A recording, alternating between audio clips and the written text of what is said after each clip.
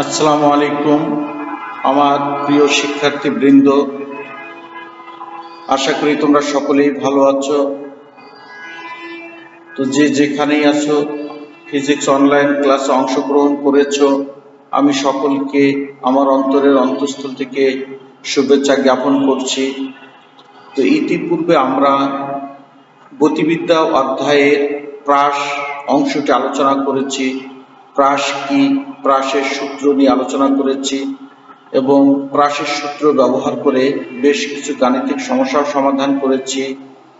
তো এখন প্রাসের সূত্র ব্যবহার করে আরো একটি গাণিতিক সমস্যার সমাধান করার চেষ্টা করছি। তোমরা চিত্রে লক্ষ্য করছো যে চিত্রে ভূমি থেকে 30 মিটার উঁচুতে ও বিন্দু হতে দুটি বস্তুকে নিক্ষেপ করা হলো। একটি 10 মিটার পার সেকেন্ড বেগে অনুভূমিক বরাবর আর একটি 10 মিটার পার সেকেন্ড বেগে ভূমির সাথে 30 ডিগ্রি কোণ করে ঊর্ধ্বে উল্লম্বভাবে নিক্ষেপ করা হলো। তাহলে শিক্ষার্থীবৃন্দ, তোমরা উদ্দীপকটি বুঝতে পেরেছো যে প্রথমে কি বললাম, 10 মিটার পার সেকেন্ড বেগে অনুভূমিক বরাবর একটি বস্তুকে নিক্ষেপ করা হলো, আবার ও বিন্দু হতে 10 মিটার পার সেকেন্ড বেগে 30 ডিগ্রি কোণে অপর একটি বস্তুকে উলম্ব বরাবর নিক্ষেপ করা হলো। ও বিন্দুটি ভূমি থেকে 30 মিটার ঊর্ধ্বে অবস্থিত। প্রথম প্রশ্ন হলো, দ্বিতীয় বস্তুটির ভূমি হতে সর্বোচ্চ উচ্চতা কত?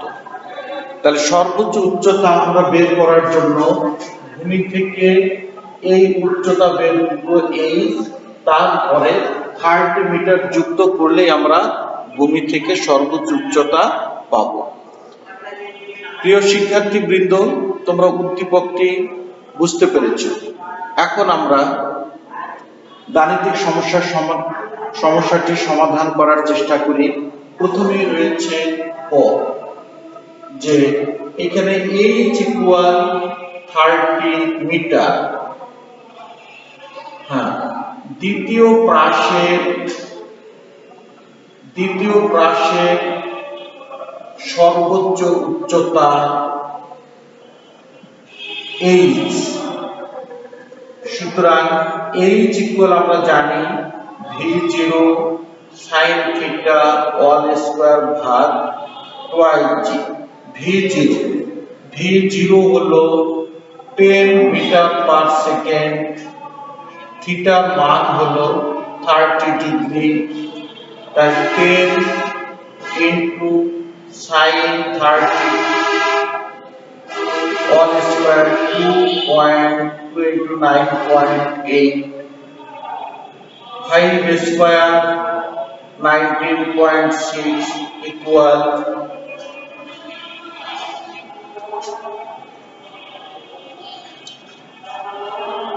তো সুতরাং ভূমি হতে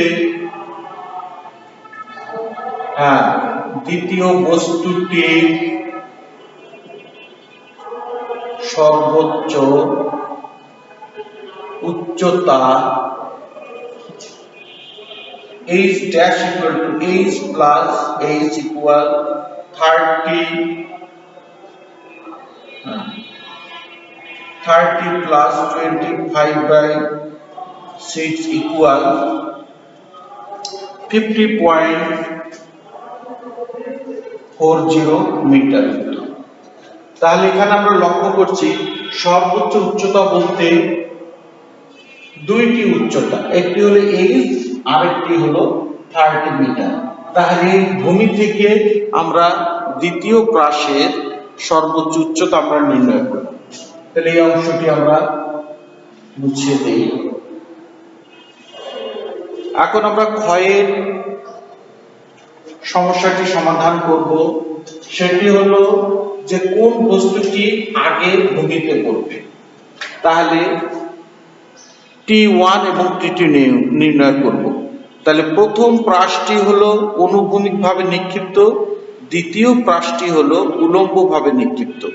তাহলে প্রথম প্রাসের সময়কাল আমরা নির্ণয় করি টি, এবং দ্বিতীয় প্রাসের সময়কাল আমরা নির্ণয় করব T2, অর্থাৎ প্রথম প্রাস অনুভূমিকভাবে নিক্ষিপ্ত, তার টি সময় পর মাটিতে আঘাত করবে, এবং দ্বিতীয় প্রাসটি হলো উলম্বভাবে নিক্ষিপ্ত, তা T2 সময়ে মাটিতে আঘাত করবে। তাহলে প্রথম প্রাসের ক্ষেত্রে আমরা লিখতে পারি, অনুভূমিক প্রাসের ক্ষেত্রে, অনুভূমিক প্রাস বলতে প্রথম প্রাস, অনুভূমিক প্রাসের ক্ষেত্রে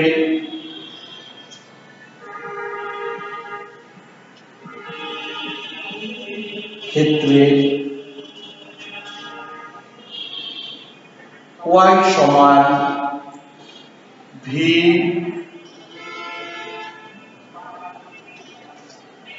সমান vy0 plus half gt square, y সমান v0t plus half gt square, বা t1 দিয়ে দিই, এটা t1 সমান twice y by g root 2 into 30 by 9.8 into 60 by 9.8 equal t1 এর মান হবে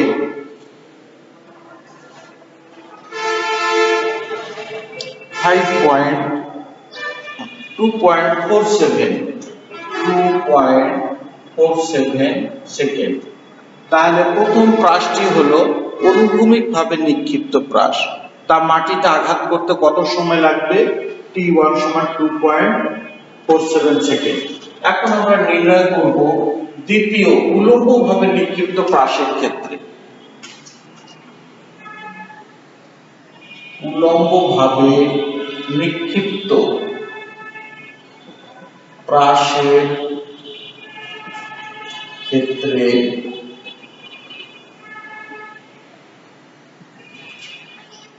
y equal v0 sin theta t2 minus half gt2 square, বা minus 30 equal 10 into sin 30 degree t2 minus half গুণন 9.8 into t2 square. এখানে -30 হওয়ার কারণ কি? যে আমরা জানি যে মূল বিন্দু এখানে ও থেকে নিচের দিকে y মাইনাস, অর্থাৎ আমরা এরকম চিত্র কল্পনা করি, এদিকে হলো প্লাস x, এদিকে হলো মাইনাস x, এদিকে প্লাস y, এটা হলো মাইনাস y। তা এই অংশটার জন্য 0 বিন্দু থেকে নিচের দিকে হবে মাইনাস, যেহেতু 30 আছে তাহলে 30 সংখ্যাটি মাইনাস হবে, সেই জন্য আমরা মাইনাস ব্যবহার করছি, বা -30 ইকুয়াল 5 t2 4.9 t2 স্কয়ার, और 4.9 t2 square minus 5t2 minus 30 equal 0। যে এটা দ্বিঘাত সমীকরণ, দ্বিঘাত সমীকরণের ক্ষেত্রে t2 নির্ণয় করব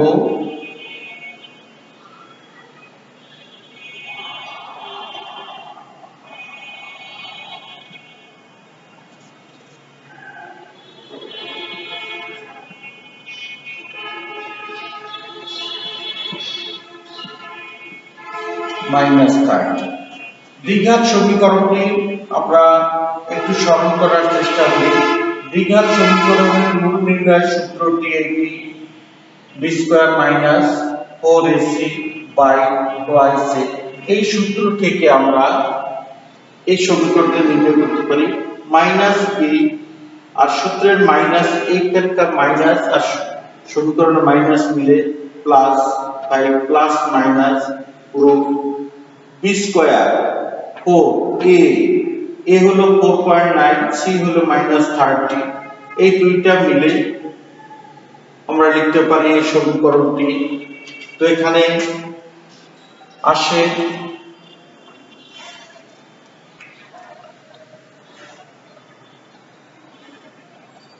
5.25 সেকেন্ড প্লাস চিহ্ন নিয়ে t2 এর মান, এবং t2 এর মান আসবে -1.25 সেকেন্ড মাইনাস চিহ্ন নিয়ে যা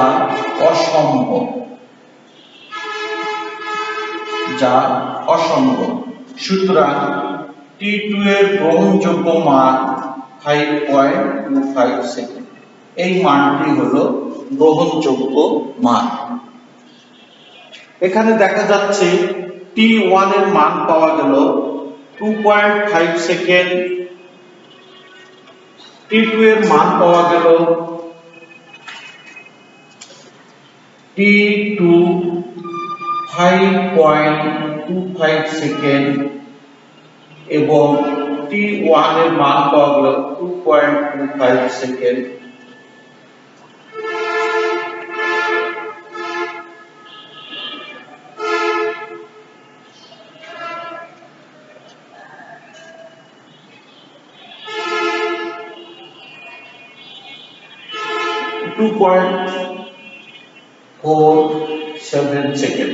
তাহলে এই দুইটি মান পাওয়া গেল। এই দুইটি মানের মধ্যে দেখা যাচ্ছে যে এখানে t1 less than t2, অর্থাৎ অনুভূমিকভাবে নিক্ষিপ্ত প্রাসটি ভূমিতে আগে পড়বে। লেখা যায়, সুতরাং অনুভূমিকভাবে নিক্ষিপ্ত প্রাসটি ভূমিতে আগে পতিত হবে।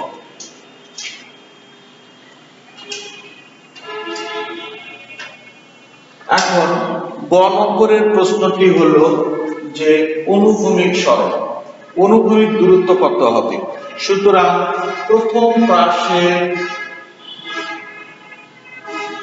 অনুভূমিক সরণ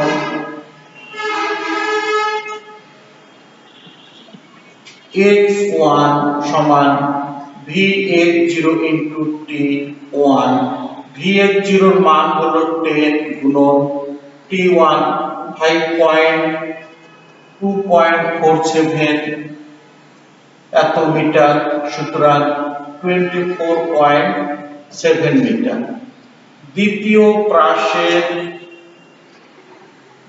অনুভূমিক সরণ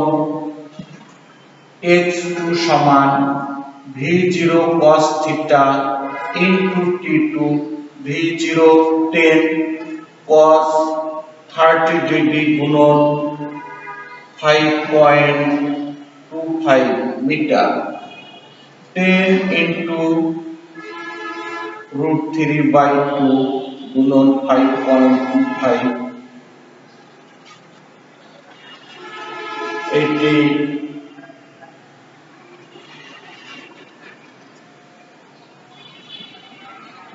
25।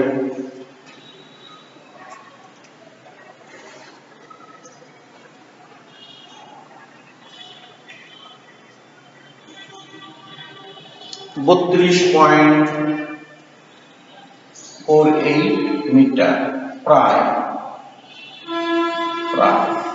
সুতরাং দেখা যাচ্ছে যে x2 greater than x1, এখানে